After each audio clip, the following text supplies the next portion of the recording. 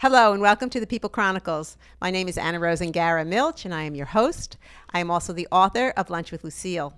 Lunch with Lucille is a story of how one woman's life impacted another woman. So on Storied Women, we bring women from our community to share their stories so that you can understand and learn from them. Today my guest is Lucretia Coleman. Welcome. Thank you. Lucretia, like many women, wears many hats. Okay. So top of the list is she's an artist. Yes. She is a speaker. She is an author. And she also is a lifestyle coach. Correct? I get That's them all? correct. That's just some of them. That's just some of them. Oh, and on top of that, I know that you are very committed to your community and you sit on boards of directors. Yes, I do. And you are actively involved in the YWCA of Tri-County area. I'm on the board of directors there. This is beginning my second year. Excellent. Yes. Well, I'm very proud. Actually, that's how we met. That is how we met. Yeah, Yes. That's how we met. So it's fascinating how when you just in life, just going around and meeting great women. It's just so. Today, I'm going to ask you that one question, and then we will talk a little bit more. I want to show everyone your book as well. But first, I want to ask you, what is it that you want us, the viewers and the listeners, to remember from our little chat today? Well, hopefully what I want people, particularly today's busy women, to get out of our chat today is that if they're feeling that their life is a little boring or unfulfilling, that they have the power within themselves to embrace all of their integrative aspects of their life so that they can have a more vibrant lifestyle and they can be more healthy and wealthy and just be their beautiful, unique self. Be you, yeah. Be beautiful. Exactly. I love it. Okay, so my guess is you weren't always at this place. So give us a little bit of background and how did you get to this place? It's been a long journey, particularly in the fact that I've been on this planet for quite a few decades. But my journey started when I was around 35 years of age. Okay. I was working for a major pharmaceutical company, and there were life changes happening all around me. One, my physical body was changing. Things started to go south physically. But I was also, as a single parent, I was experiencing that empty home nesting syndrome where my daughter was off to college and I was single still. And I just saw things changing even in my workplace where women were at my age at that time were not seeing the same level of opportunities to advance that career ladder. And also it was getting more difficult to have a fulfilling relationship, whether it be personal or professional. So that was just some of the things that I started to see. And everyone kept saying, oh my gosh, life starts at 40. And actually I can say that it did for me because when I decided to embrace that milestone of life, I said, you know what? If I'm going to be 40, I might as well make the best of it. So through that time period of working, raising my daughter, she was away at college and I was nervous every weekend because she wasn't calling when she was supposed to. They do that. Yes, they do that. But that's all was part okay. That's part of their path. I started enjoying my life. And did you make her bedroom into a den? No, I did not. I did not. And the reason for that was she was always welcome to come home. And just knowing that I pay the mortgage and you just live here with me. But my daughter and I have always had a very good relationship and we're like best friends till this day. That's wonderful. Yeah, we even live together now. Wow. Yes. That's great. Yes. That's wonderful. Mm-hmm. But as I was saying, at that time when I reached 40, I embraced life. I said, you know what, life is going to be better for me. And I had a very great support system through family and friends that I can count on one hand. And I decided to go back to school. I pursued other interests that would kind of round me out, if you will. And one of those interests was art. And it was something that I had put back on the back burner many years ago. And I decided, you know what? I need to embrace who I am. And so that I can feel better about the multiple roles that I was playing in my life. because I was getting drained. I was getting burned out. I thought I was going through menopause because I got so, emotional, and I was gaining weight, and I just didn't feel positive about myself. But I embraced the conversations of some women in my life, whether they be relatives, they were mentors at where I worked, and I put forth the effort that I'm going to make this better. Excellent. So it's funny because when you start listening, and when other women, and this is one I think the greatest thing about being a woman is that we share each other. We share everything. Yes, we do. Yes, we do. And but I think that's really important. It's important to us. It's important to my soul. I mean, and I'm sure it's important to you. Obviously, it's important to you as well. The other day, I just give it a little thing on the sideline of this. My husband goes to play softball several times a week, and then he comes home, and I say, "So who are you playing softball with?" And he gives me some names. I said, "Are they married?" "I don't know." I said, "Well, are they working?"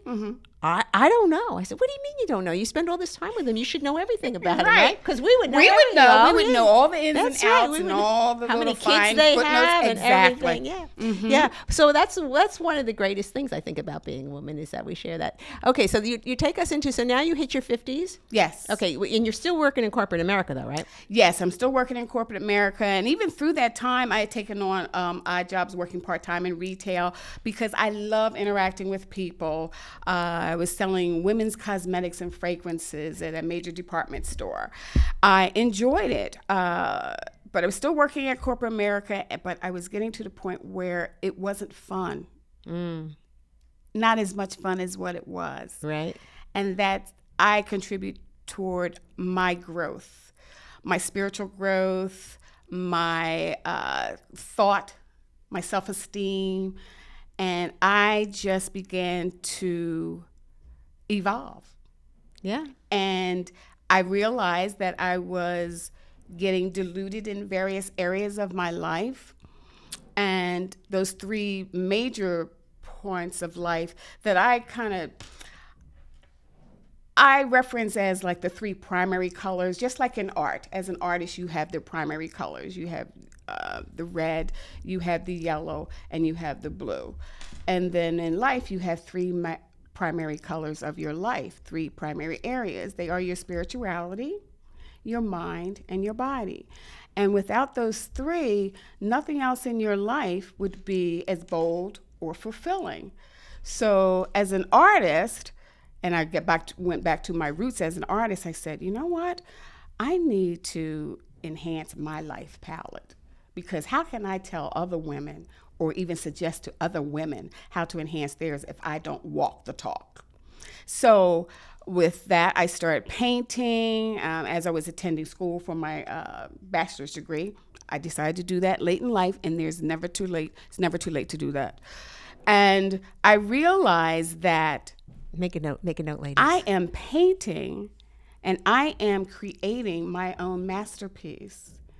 I just needed to enhance. First, I needed to identify what my life palette was, what areas, and which areas of that life palette needed some work. And I had to do some serious work, and which I did. And I'm still doing the serious work because I'm a work in progress. We're all a work in progress. You Yes, can hear we in are. the building, too. I don't know if you can hear the noise upstairs. They are reconstructing, doing some reconstruction. As we are downstairs, we are doing reconstruction as well. So now I want you to tell me a little bit about your book, A Vibrant Mess, Your Life, Your Palette, Your Masterpiece. Lucretia D. Coleman. Yes. The wellness of your soul determines how happy you are in your life and how colorfully vibrant your life palette will become. Isn't that wonderful? Being free of chaos and turmoil means you can live with a clear conscious heart and mind. Peace. Yes. Peace. Living with peace. A Vibrant Mess. A couple of years ago, when I really started focusing more on consulting with women, coaching with women, whether one-on-one or whether in a group setting, I decided that they needed a tool that they could carry around easily. We have many resources. We can go on the internet. We can go to various libraries, whether it be standalone buildings or, virtual libraries. But I wanted women that were in that age bracket between 30 to 40. So your target market is 30 to 40? 30 to 40 women, primarily women of color, because I did find in my life experience that women of color really needed some help. They needed some guidance for achieving that beautiful lifestyle, that beautiful, unique, and healthy lifestyle. Whereas the society and ads and the media does not always focus on or reflect the community from which I grew up in. Mm-hmm. So I said, you know what? I'm going to be there to help them. I think of it as my ministry, if you will. So I decided to create something that woman could easily put in her purse, because we're carrying a designer bag at times, a briefcase, or have it where it's not heavy, it's not cumbersome, and they would be inclined to carry it around. And they have anecdotes in the book. I have some inspirational quotes, and I have some life experiences in there on 5 topics that I thought were the most important to this group of women. And it wasn't just the most important to me, but I did do some research and some focus groups with groups of women that said, I want to know about my career. I want to know about relationships. I said, well, that's all well and good, but before that, you need to embrace and enhance your spirituality first and foremost. That's the foundation of every human being. Your mindset, that self-talk that we give us sometimes is very negative. And also your body image. Those were the 3. Your body, not only your image, excuse me, but any issues that you're having with your physical health. So I do address those 3 areas along with the career and relationships in this little small book. And it is a vibrant mess. A lot of people have said, well, my life's not messy. I said, we were all born with a very vibrant life palette.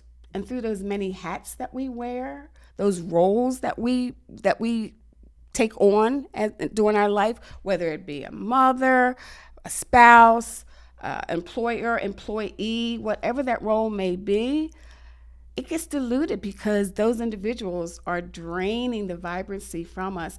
And oftentimes, because we as women are nurturers, we nurture everyone else, but we forget to nurture ourselves. Exactly. So I said, we are a vibrant mess. It gets a little messy. So I address that in that book and to help women to achieve that vibrant lifestyle. I think it's great. Hopefully. I think it's great I too. do. I feel your energy just popping out. I am so blessed to be sitting this close to you. It's a mutual blessing. I'm getting some paint splattered on me, which I love. Yes, and I do that in some of the workshops. Yes, because I do have interactive workshops where women can work with pigment and water, and they can create some colorful examples of whether the certain area is dull and diluted, and then we move on to how we make it more vibrant. And they can have those keepsakes so that they can look at it every day. That's great. And with that, that's the takeaway. As they take that home with us, we will take all of your message home with us. Thank you very much. Thank you, Lucretia. You're quite welcome. Thank you, and thank you. Rose. You're welcome. And thank you very much for listening. Thank you for following Storied Women on the People Chronicles. Please subscribe to our YouTube channel, The People Chronicles, and you won't miss any stories. These community stories are made possible in part by BCTV, Susie Ray Design, Queen City Family Restaurant, Lamar Advertising, Heidelberg Family Restaurant, Reading Air, Lions and Hole, Peanut Bar, and Kutztown University.